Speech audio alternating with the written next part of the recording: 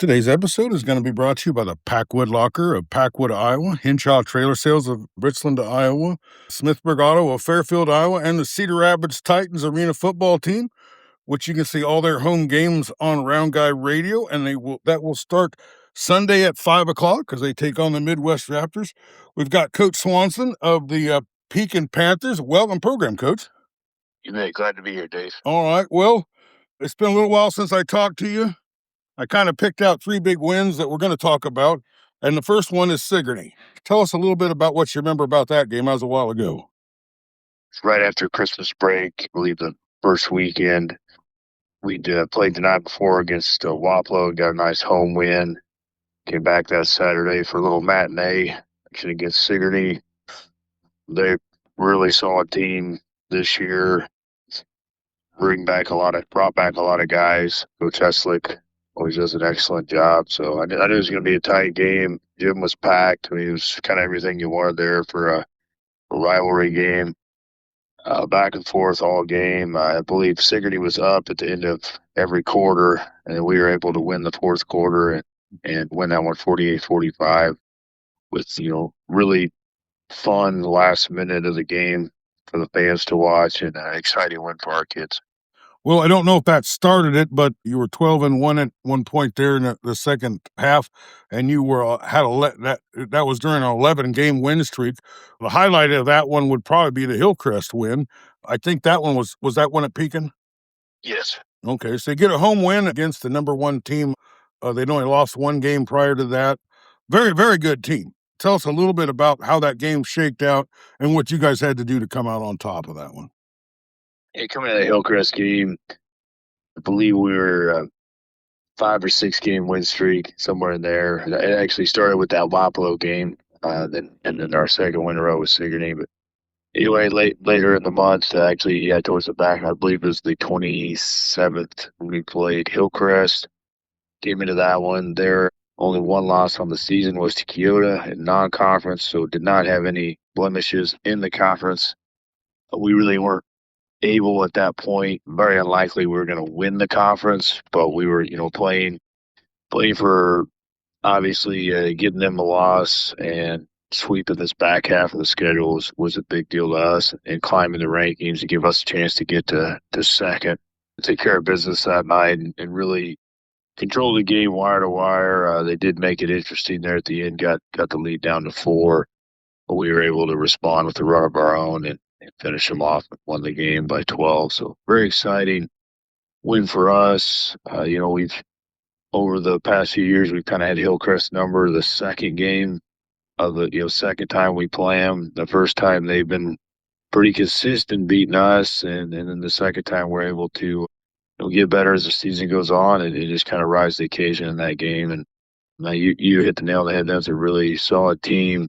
I believe they got 3 losses now heading into districts, but very well coached, and they just don't beat themselves. So that was a really big win for us, and exciting. We had the gym packed and a lot of people there, and to come out and watch the boys, it was a lot of fun.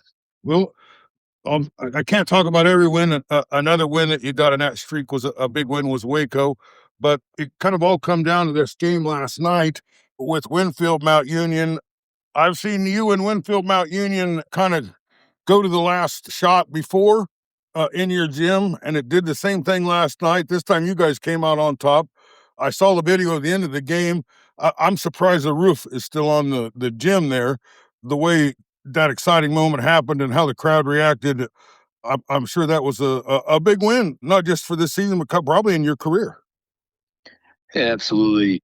But Winfield's really had our number the last several years. We were able to get a win there the last regular season game last year, and then had to turn around and go back for first round of districts. And then obviously they won the important one there and knocked us out for the year. So, we hadn't forgot that. Went over there early just after break, and really tough loss over there. Had the lead in the fourth quarter, and they were able to go on a 9-0 run there and kind of put us away, and really didn't feel like we played up to our potential or even close to that night. We really struggled in a lot of regards. our goal was to get better as the season wore on, and obviously get this one at home. Protect. We got a really nice home court win streak going right now. We're undefeated at home thus far this season, and wanted to keep that. And then, as I talked about, weren't able to win the conference, but with the win last night, we're able to climb into a tie for second, which, as we'll take it. We're very happy with that, especially after losing those 3 early season road games, kind of putting us behind the 8 ball. So, Well, yeah, uh, great win at home. let's talk a little bit about, you didn't play poorly in the first half, but you weren't near as sharp as you were in the second half, and especially from that Wapello game on. What do you think the difference was? Was it just confidence, or did you just get some momentum going? What do you think the difference was in the second half versus the first? It was very similar to last year. Actually, we just took a while to get everything working and get everybody working together on the same page, and it wasn't that we had any guys that were apprehensive about that. It just we don't. Some teams spend a lot of time out of season together. We don't. We got guys that play baseball or running a state track or playing football, or running cross country, and then with busy schedules. And I don't know if I point a finger. It just takes us a while to get back in the groove of things, or I don't know. The second year in a row here, we've really had a really awesome second part of the year through the conference, and then this year we're able to win all of our non-conference games, which really elevated our record as well. So I can't really put a finger on it. I think just continuing to get in the gym and buy into hard work and playing for one another, and I think things pay off when you do those things. Well, something happened. You just all came together, and you're playing phenomenal. It's been a joy to watch your team kind of come together and get that momentum, and you're doing what you got to do to play good down the stretch in the playoffs, because that's probably more important than overall record or how you played in November or whatever. Well, tell me a little bit about. I know there were some great performances. It seemed like maybe there was some single season game records and some total career records that were broken. Tell us a little bit about maybe some of the single game performances that maybe were a little above the normal. Yeah, are you talking across the whole season? Yeah, just like I say, was there a game where a guy just really got unconscious and hit a bunch of threes or scored a bunch of points or had a career game with rebounding or something like that?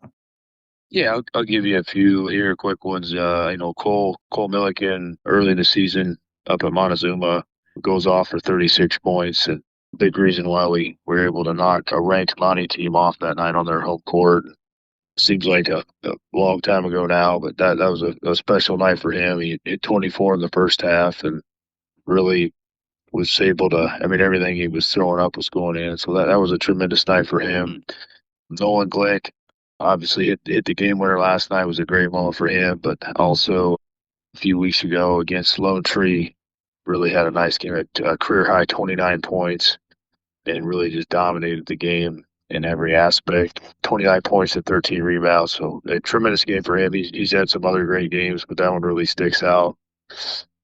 Elijah Brock's had several double-doubles this year and really come into his own as a player, and has provided instant offense when we need it, and really great job on the defensive and offensive glass. Very consistent. The last guy, I'll mention, Henry Adam, has just been a rock all year for us. He's first or second in state in assists, all classes, and the same in steals. He's just been tremendous as a guard. He's broke 3 or 4 school records this year. He's been knocked on the door for triple doubles at 4 to 5 games this year. Just all over the place, and it's not just one thing or another. It's rebounds, assists, steals, points. He just whatever we need him to do, he does it to help the team win. So he's been awesome. So there's the 4 of our 5 starters, or our 5th starter, Riley Smith, has also had some really nice games shooting the ball from 3, and he goes out every day as a great role player. Normally guards the other team's best player. Has been really outstanding this year as well. Well, me and my team got together and we picked out some awards there, and you did get a couple of them there from your team. One, you our coach of the year for the Southeast Conference North. Congratulations on that. I thought you did a tremendous job of coaching. I always think you do a tremendous job of coaching, but I thought this year you did an exceptionally tremendous job of coaching. And also, Cole Milliken is on the all-round guy team. I think they're excellent choices. They're all unanimous choices. Tell us a little bit about overall this year. What do you think things went well? And tell us a little bit about what Cole Milliken means to your team. Yeah, from the team aspect, well, went well, and I think we kind of talked about protecting the home court. That's maybe something that people don't talk about enough. But when you can bank on winning those home games and drawing those big crowds, and your guys just having a little extra juice or extra energy at home, night in and night out, that's just massive. And then to go, we're 10 or 11-0 at home this year, so that's tremendous. And then get sweep in the back half of the conference the second year in a row means a lot to the guys. It means a lot to me, just from the aspect of when do you want to be playing your best basketball, and that's this time of year heading into tournaments. And we've shown that here a couple of years in a row that we're able to keep working and getting after it and buy into playing as a team and get find those goals and get where we want to be this time of year. As far as Cole goes, he's I would say almost quietly had a really outstanding year. I mean, he's averaging almost 20 a game. He's top 10 in three-pointers made in the state of Iowa right now with, I believe, over 70 made threes. He broke the Pekin career threes record a couple weeks back. He already owns the season one he set last year. What I've been really happy with, it's not just three-pointers. Everybody, hey, Cole knows how to shoot, shooter when he gets on the floor, but he's done other things. He got to the free throw line. I think he doubled his attempts this year. He's attacking the basket. He's just making winning plays for us. Wherever that needs to be, Cole's willing to do those things, and it's just been a great leader and a great young man. Well, I was at Columbus last night, and I've been there many times over the last 5 years, but they got their 9th win. It was kind of record-breaking. They hadn't had more than 6 wins in, I think, 26 years, and the gym was packed, and it was electric. But your gym is packed every night, no matter what the record or what the score is.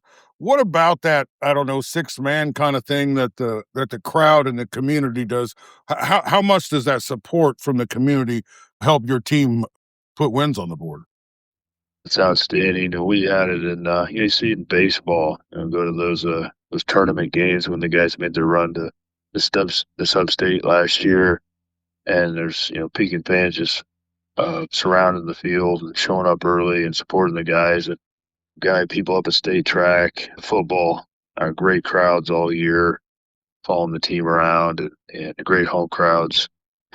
And did not expect anything different with basketball. It's an exciting group of kids we got right now, and they're a lot of fun to watch. They play for one another. They play together, and it's just been a lot of fun. And the community, the students have been great this year for our student section. And yeah, I can't remember a game this year where our side was not, if it wasn't completely full, it was really close. So, and then they get out support and get loud when we're making runs and need defensive stops. It's just been a treat and a really special season for the players and me and the community. Well, who did you draw in the playoffs? We play Seymour first round. Okay, I'm certainly not familiar with them. What slot did you get? So we're the 2 seed, and I can't remember the which district. Notre Dame's the 1 seed. We're the 2 seed. Holy Trinity's the 3, and Winfield-Mount Union's the 4. Oh, well, there's some good teams in that top Absolutely. 4 there. Absolutely. Well, what about this Seymour team? I don't know anything about them. Have you had a chance to look into them?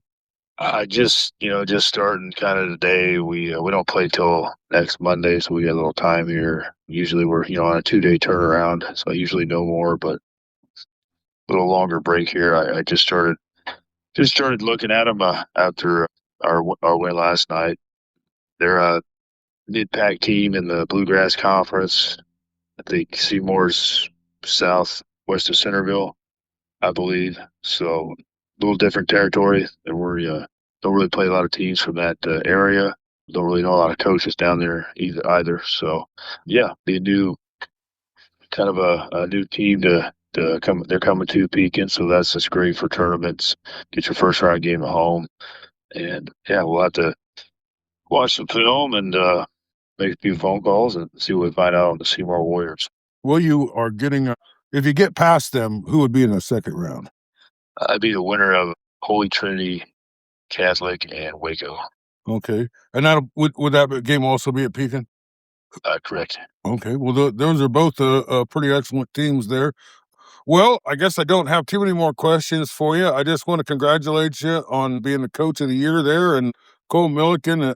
We could put Henry Adams on the team because he's the player of the year in football and baseball. And I guess I just can't have every award go to him. He sure is a great player, and you got a lot of great players, including Elijah Brock. Maybe I should ask you to close it out with, in the games that I watch, which I watch as many times as I can, unless I'm at another game. Elijah Brock was a great rebounder for you. What was his impact on the team? Or Elijah, I think quietly's been our most improved player. I mean, you could make the argument about multiple guys, and some of our bench guys too have really made a jump this year. But Elijah last year was, kind of our seventh, eighth guy who would come in, play a little bit of guard for us, a little bit of defense, knock a couple shots down here and there, but not a whole lot of consistent minutes or really didn't have a defined role other than just grabbing somebody a blow, one of the starters. But this year definitely has changed. He's a full-time starter, very integral part in the team, the way we do things. Tremendous rebounder, our number one rebounder, in fact, at almost 10 boards a game. He's a high-energy guy. He's really improved his defense, really improved his passing, decision-making, and has been pretty good from three as well. Field goal percentage over 50%. So, I mean, really, we got some other guys, we talked about earlier that maybe statistically and if you look at face value, a little bigger deal, but Elijah's just been awesome this year and really, really nice young man, and it's been a lot of fun to coach him. All right. Well, we've been talking to Coach Swanson, who is the player of the year or coach of the year for Round Guy Radio. We are sure appreciate you taking some time with us. Was there anything you want to talk about that we didn't get a chance to talk about? No, I'm good, Dave. Just, looking forward to the tournament run here and go Panthers. All right. Thank you.